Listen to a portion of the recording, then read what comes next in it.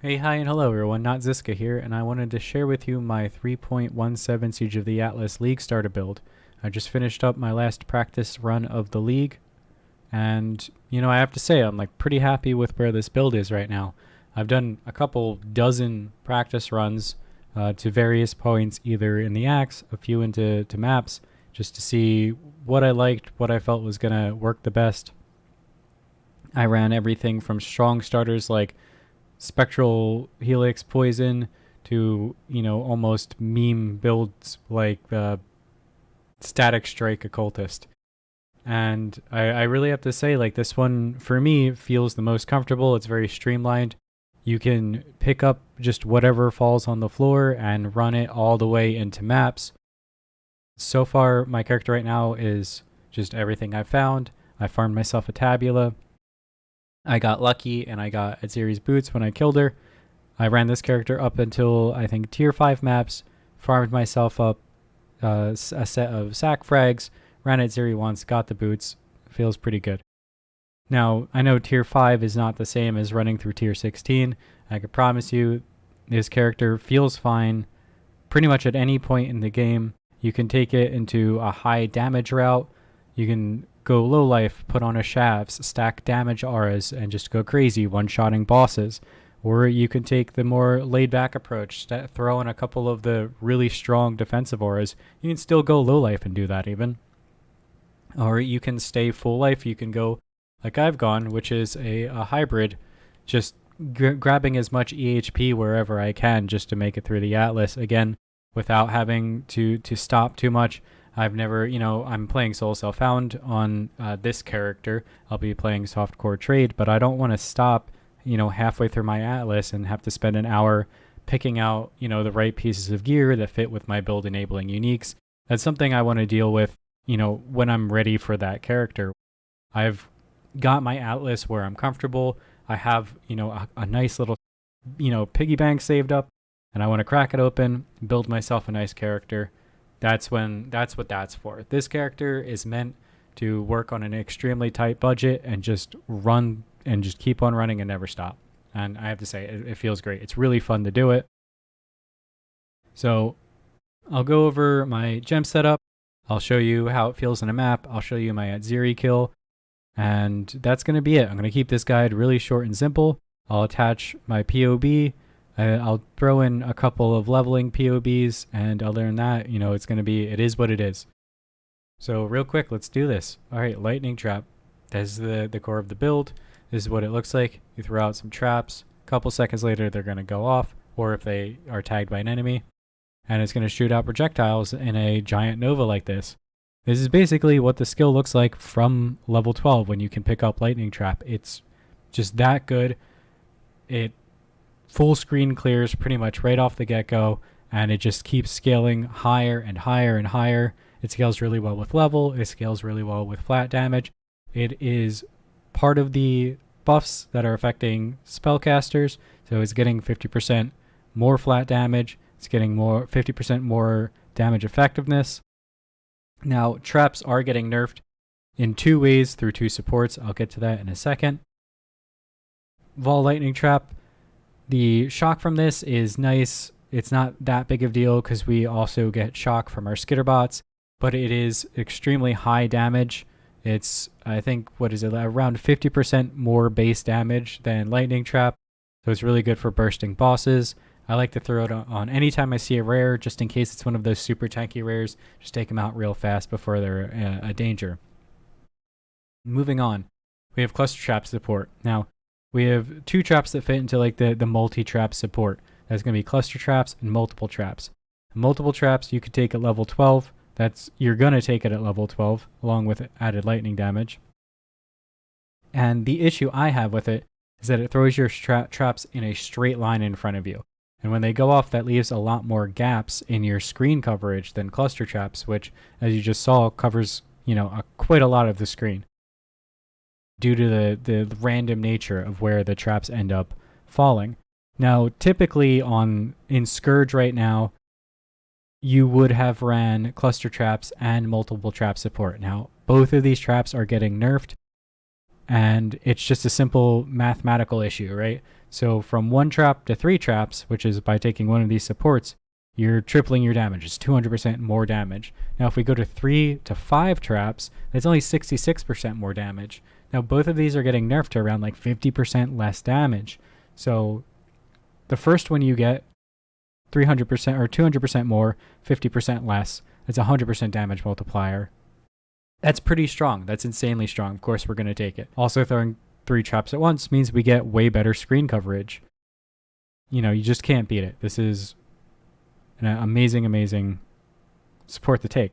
But when you bring in that second one, you're only at 66% more, 50% less. It's really not that good. So I opt to take only one of these, and I went with cluster traps for the screen coverage. I would advise on live, play around, use both of them together, see what feels the best for you. Now, you can argue that being able to throw down 5 traps at once is a lot of screen coverage and is really good for trash clear. And while you're not wrong, you're losing a good amount of damage. Your time to kill rares is going to go up. And since we do have a cap on traps, and we do try to hit our cap on traps when we kill bosses, it's going to be 22 traps most of the time. It doesn't matter how many that you throw. You're going to be able to hit that 22 cap fairly quickly. It only takes a few seconds of throwing. Your boss spawns, 24. I don't know where 22 came from. So your boss spawns, and then he dies. It's the same amount of traps. I think you get another 5 or so, but it's not enough to cover the difference. Basically, I don't think it's worth it. Moving on. Took too long to talk about that. Added lightning damage. It's a bunch of flat damage. This is getting nerfed. It may or may not end up being better than other supports. Most likely it will, because of the 50% more damage effectiveness that the base gem is getting. Once we move on to Awaken added lightning damage, it's clearly going to be a top tier support. Once it's level 5, you get the +1 to your 2 lightning spell skill gems, and that's just going to put it ahead of everything else. So we're still going to run Awaken added lightning damage for sure. Trap and Mine damage support is just a bunch more damage. What are you going to do? That's like our big, just boring chunk of damage skill. Inspiration, I go with this for increased crit reliability. And, the more elemental damage is also great. And it also helps quite a bit with the mana cost of traps, which is kind of a balance that you want to hit so you can continuously throw your traps, never run out of mana. And finally, charge trap supports. If you're running, 4 or 5 power charges, this starts to look really good. Ideally, you want more. I think this is less damage than a lot of the other options at the amount of charges I have, which is 3 frenzy and 5 power. Now you can scale it up from there. You can grab 1 more from the tree. You can grab 2 void batteries. You can craft a helm, a warlord helm with power charge on it. So you can really take this like to the moon, and your damage is just going to scale out of control, and you'll be one-shotting bosses. However, I like to use it even at a lower amount of charges. Having the really high, the 30% or so chance to get the power and frenzy charges on top of what we get from the tree makes this feel really, really good. And that's all I got to say about it. It's just a really nice quality of life. If you don't like it, go with something else. Up here we have Orb of Storms. I have this on a 3 link right now. It's sharing it with Assassin's Mark. Ideally, we'd probably throw in an Ice Bite. Helps a little bit with charge effectiveness. I have it right now with Chain. You can also do it with Onslaught. That's not a bad idea at all. I dropped my Onslaught Flask for a Sulfur for the last map that I did for testing. Felt a little slow, so I was kind of thinking actually might throw Onslaught back in here. You just drop your Orb of Storms on a trash pack, and it takes care of it, and then you get your Onslaught. It's pretty great. Chain helps a lot with that clear. If you're just doing bossing, then you might want to swap this out for Ice Bite. There you go. Onslaught and Ice Bite would be pretty perfect. And Innervate, this is really good. This is not getting nerfed along with the other flat damage gems in 3.17. So if you throw down your Orb of Storms, it kills some mobs, you get Innervate, and you get a giant buff to your Lightning Trap. So you get some synergy there, and just everything feels really good. Orb of Storms also getting not only a more damage buff, but a bit of a rework. It looks like it's going to be pretty strong. It is getting like a little bit of a nerf for traps early on, where you only get so many charges per Orb of Storms use now, but it has indefinite duration. So if you're throwing down 20 traps and you only have 10 charges, you're only going to get 10 charges going off. It's a little bit unfortunate, but most of the time this is going to be a pretty large damage increase off of live right now. So it's really good for running through the axe. It's really good for helping keep up, other buffs. Ice Bite for frenzy charges during clear, Innervate for flat damage, Onslaught for speed, and you can use the Onslaught here to open up a Flask slot, so you can run either sulfur or a defensive, what have you. Flame Dash linked with Arcane Surge, a little bit of mana, a little bit of damage. It's pretty nice. Flame Dash, you can use Frost Blink. You can use whatever you want. It doesn't matter. Just have fun with it. Whatever feels good to you.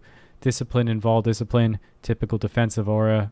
Pop Vol Discipline whenever you're in trouble. I'm running hybrid right now.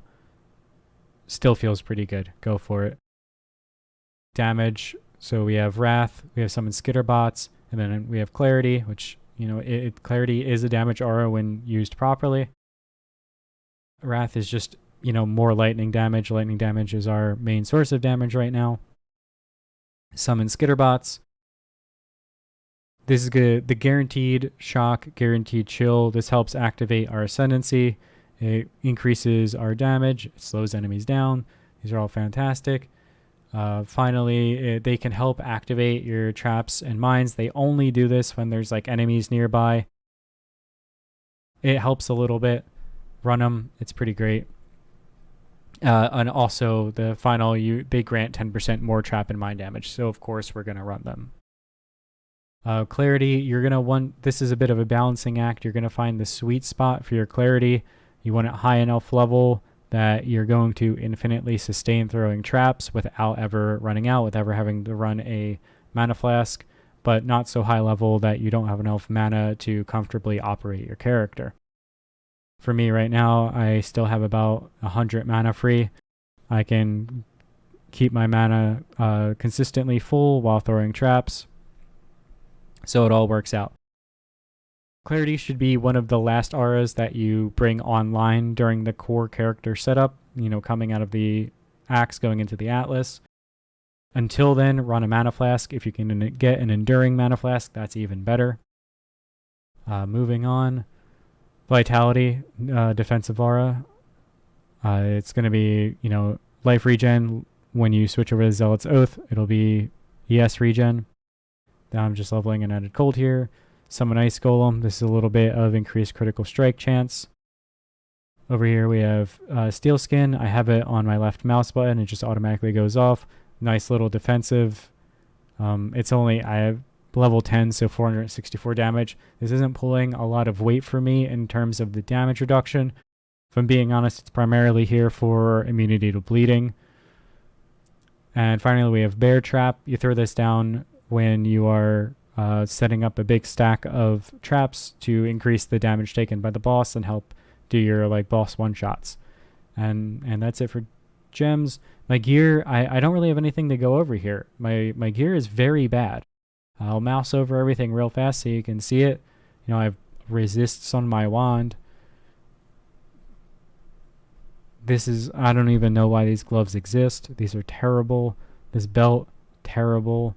These boots are amazing. Quick note about Atziri Step. These are really, really strong early boots. They have 30% increased movement speed. Up to, I think it's 75 max life for the time that you're hybrid. That's fantastic. Up to 26 chance to suppress spell damage.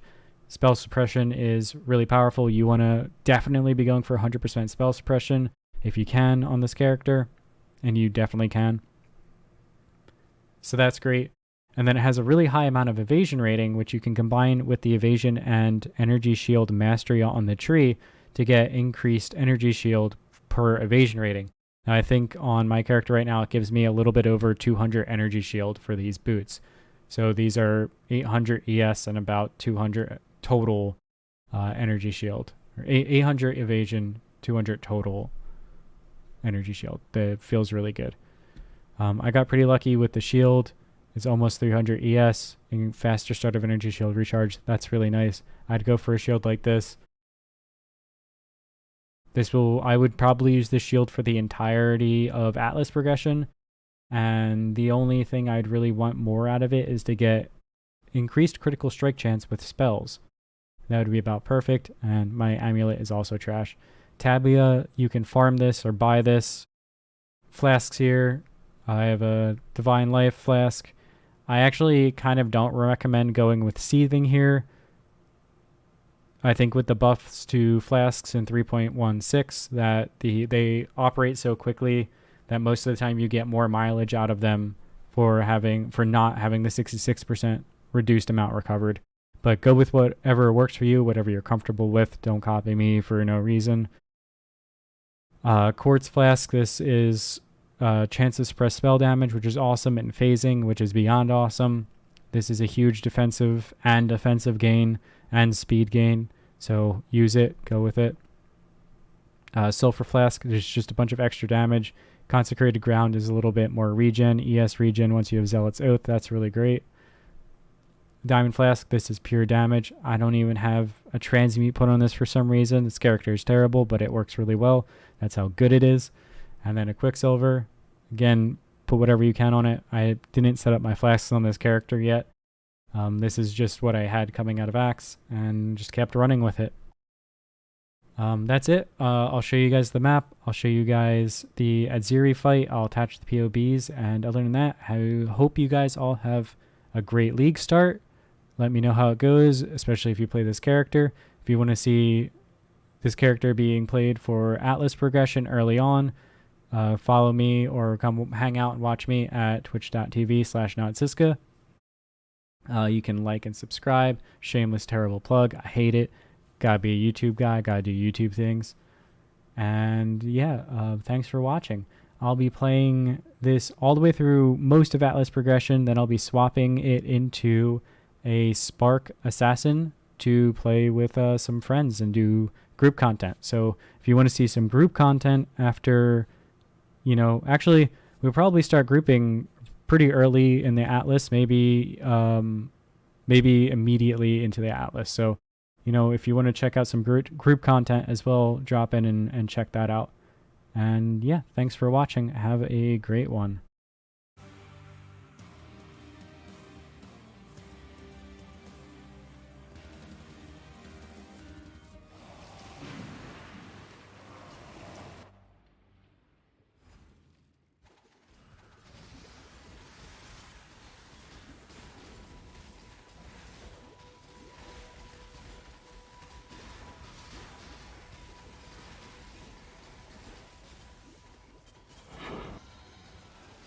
Just need a moment to catch my breath.